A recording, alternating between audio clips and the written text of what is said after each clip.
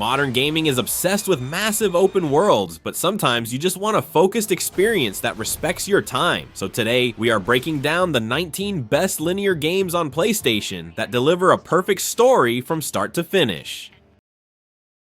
For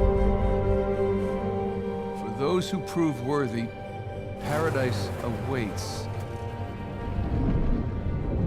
Took a long time for him to get out of this game. He's meant for this life. Oh crap! Last I checked, we're all a bunch of thieves, digging around where we shouldn't. Shame we're not on the same side. I am a man of fortune, and I must seek my fortune.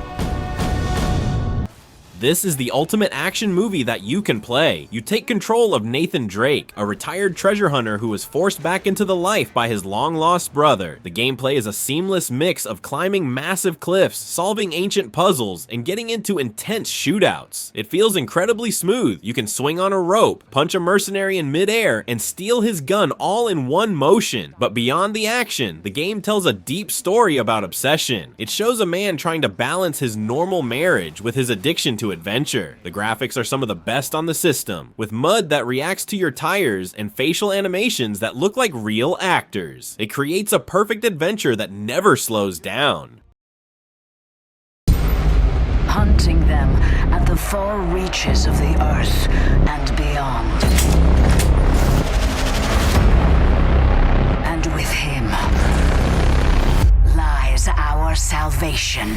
This is not just a shooter, it is a combat puzzle that demands your full attention. You play as the Doomslayer, and the game forces you to move constantly. You cannot hide behind cover. If you need health, you have to perform a glory kill on a demon. If you need ammo, you have to use your chainsaw. If you need armor, you use your flamethrower. This loop puts you in a flow state where you have to think and react instantly. The game respects your skill and punishes you if you stop moving. The heavy metal music syncs perfectly with your gunshots, making you feel like the most powerful being in the universe. It is pure adrenaline that never lets you breathe.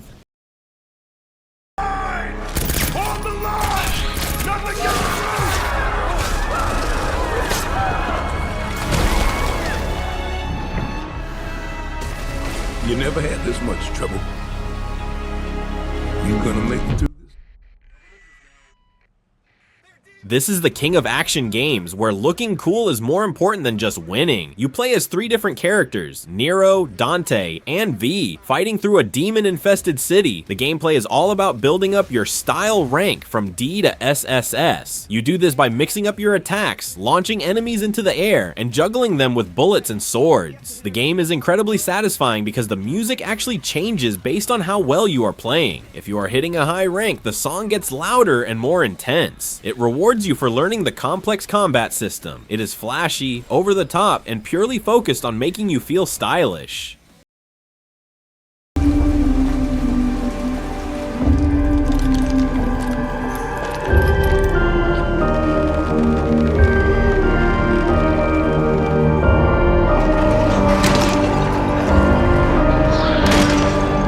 This is a horror platformer that focuses on atmosphere instead of fighting. You play as a tiny boy named Mono, traveling through a distorted, scary city with a paper bag on your head. Most of the gameplay involves running from right to left, solving environmental puzzles, and sneaking past giant, terrifying monsters like a creepy teacher. You cannot fight these monsters, so you have to hide under tables or run for your life. This makes you feel very small and helpless. There is no dialogue, so the entire story is told through the creepy environment and sound design. Every creak of the floorboard adds to the tension, making it a short but unforgettable nightmare.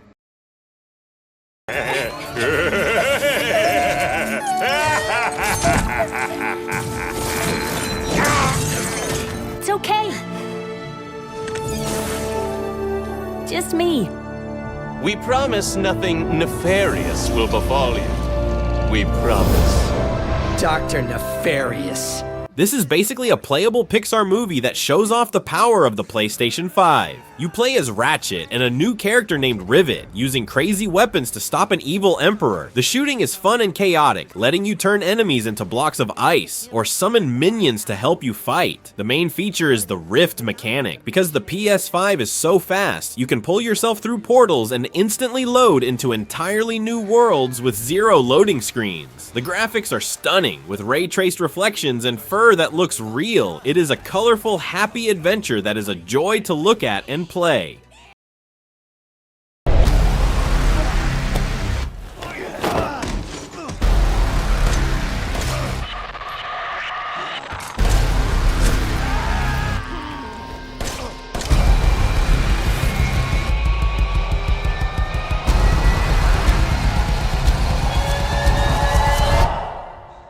Daddy's coming. We need to go.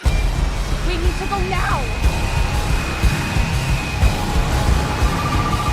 This game saved the series by switching to a first-person perspective to make it scarier. You play as Ethan Winters, searching for his missing wife in a rotting house filled with the insane Baker family. The gameplay is slow and tense. You have very little ammo and healing items, so you have to carefully explore the house and solve puzzles to unlock new areas. Because you are in first person, your view is limited, which makes the horror feel much more personal. You cannot see what is behind you. The game makes you feel weak and claustrophobic, turning every corner into a terrifying experience. It is disgusting, scary, and extremely immersive.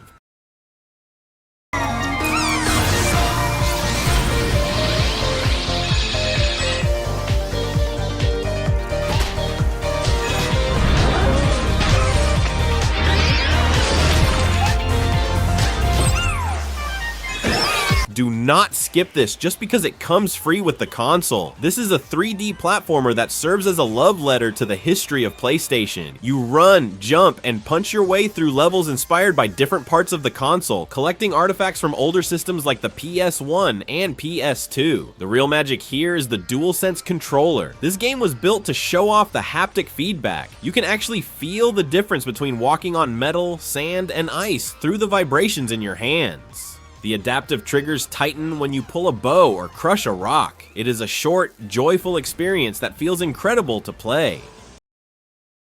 Dreams come true. You searched for control, a way to pull through.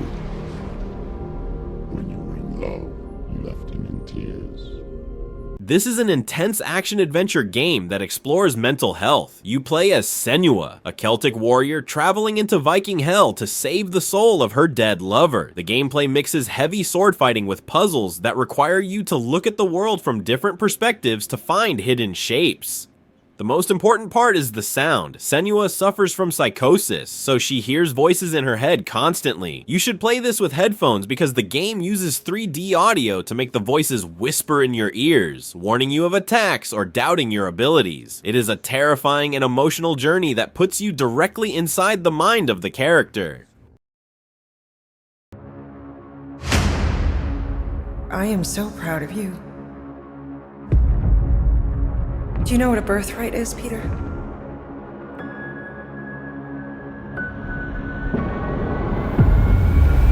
Something that's a part of you. Like your name. Forget the Avengers game. This is the single-player superhero game you actually want. You play only as Star-Lord, leading your team through a galaxy-spanning adventure. The combat is chaotic and fun. You shoot your blasters while shouting commands to Gamora, Drax, Rocket, and Groot to use their special abilities. The best part is the writing. The banter between the team is non-stop and genuinely funny. Your choices and conversations change how the team reacts to you, making you feel like a real leader.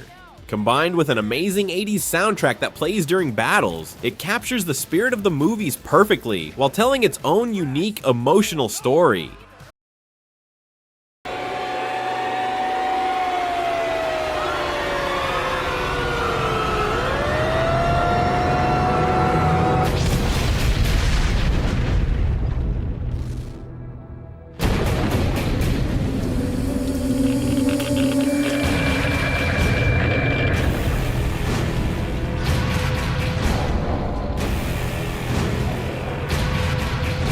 This is a first-person shooter set in the dark subway tunnels of a destroyed Russia. Since the surface is radioactive, humanity lives underground. You play as Artyom, a soldier trying to find a mysterious creature that could save everyone. The gameplay mixes stealth and shooting. You sneak past enemy soldiers, unscrew light bulbs to stay hidden in the dark, and fight terrifying mutant monsters. The atmosphere makes this game special. It feels incredibly real and desperate. Bullets are so rare that high-quality ammo is used as money, so you literally shoot your cash if you aren't careful. You have to manually wipe mud off your gas mask and pump your flashlight to keep it working. These small details make you feel like you are truly struggling to survive in a harsh, dying world.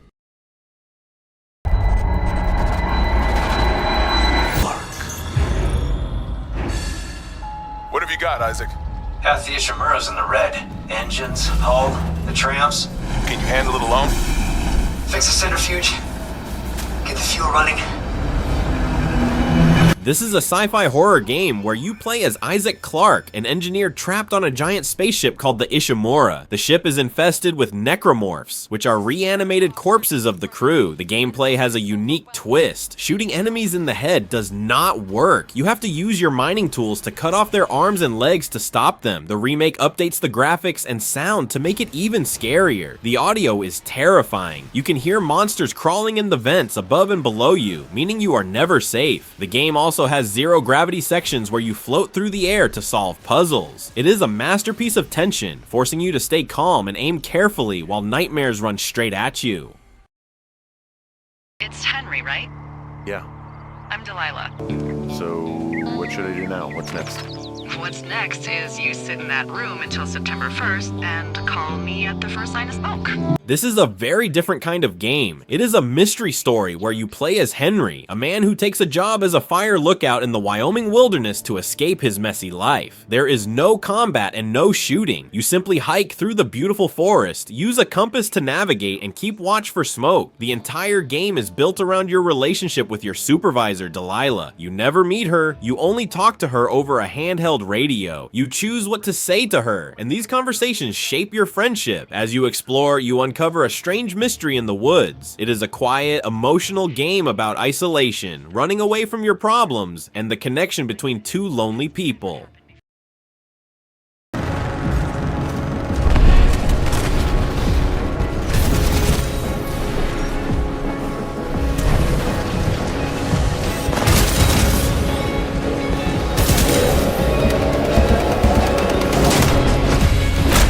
This is widely considered one of the best shooter campaigns ever made. You play as Cooper, a regular soldier who unexpectedly becomes the pilot of a giant robot named BT. The gameplay switches between two modes. As the pilot, you are fast and agile, running on walls, double jumping, and sliding while shooting enemies. As the Titan, you are a slow, powerful tank with massive weapons. The campaign is amazing because every level introduces a new, unique mechanic. One level has you jumping between two different timelines instantly to solve puzzles. Another has you navigating a factory that is building houses around you. The relationship between Cooper and his robot, BT, is surprisingly emotional. By the end, you will care deeply about a machine, which is something very few shooters achieve. Attention all citizens. You are advised to take shelter at the Raccoon City Police Station.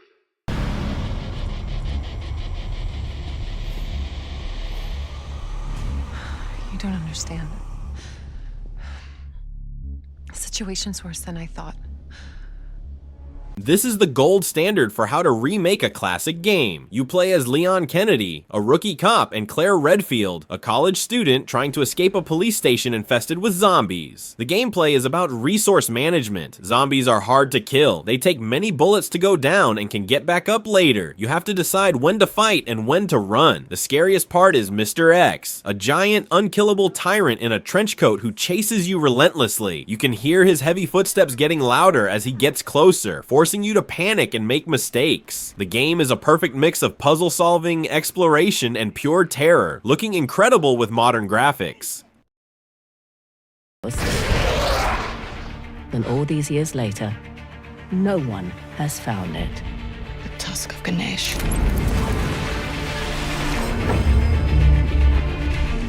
Wow.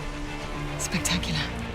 This started as a DLC, but became a full game. Instead of Nathan Drake, you play as Chloe Fraser and Nadine Ross exploring the jungles of India. The gameplay is the classic Uncharted formula, climbing ruins, driving jeeps, and fighting bad guys. However, it feels more focused because it is shorter than the main games. What makes this special is the dynamic between Chloe and Nadine. They don't like each other at first, and watching them learn to trust each other is really satisfying. The game also features one of the best open world world sections in the series, letting you drive around and solve puzzles in any order you want. It proves that the series can survive and thrive even without Nathan Drake. The prophecies say Fimbulwinter leads to Ragnarok. War is coming. My story doesn't end hiding in these woods. I should be out there, finding out who I am, who Loki is. I will not allow you to pick a fight with gods. I don't want to fight anyone. I just want answers. And if those answers lead to war with Asgard? Maybe that's what Mother wanted. We do not know what Mother wanted. Well, I'd recognize that dour expression anywhere. This is a massive sequel that concludes the Norse saga. You play as Kratos, the god of war, traveling through the 9 realms with his son Atreus. The combat is brutal and satisfying. You use your Leviathan axe to freeze enemies and your Blades of Chaos to burn them. The game gives you more options this time, letting you play as Atreus, who is faster and uses a bow and magic. The story explains the difficulty of letting go. Kratos is trying to stop a war that could end the world, but his real struggle is learning to trust his son. The game is one continuous shot, meaning the camera never cuts away, which keeps you immersed in the action and emotion. It is a perfect blend of epic mythology and a personal story about a father and son. No, girl. She's alive. Where? In the town. In the town.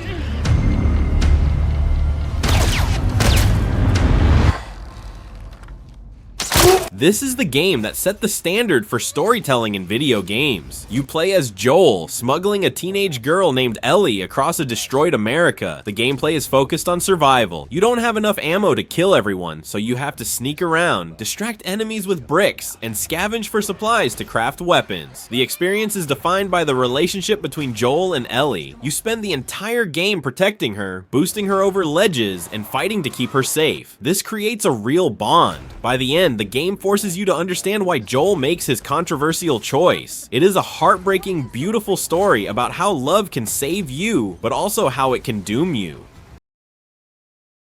There are millions in circulation. If they become unstable, the consequences will be disastrous. This is a narrative game where your choices actually matter. You control 3 androids in a future where robots are treated like slaves. The gameplay involves exploring crime scenes, talking to characters, and making quick decisions during action sequences. If you miss a button prompt, a character can die, and the story will continue without them. The game explains what it means to be alive. The most powerful storyline is Kara's as she tries to protect a human child. You are constantly on the run, trying to find shelter and keep the child warm. The branching paths are insane. There are dozens of different endings based on what you do. It makes you feel responsible for the characters' fates in a way few other games do.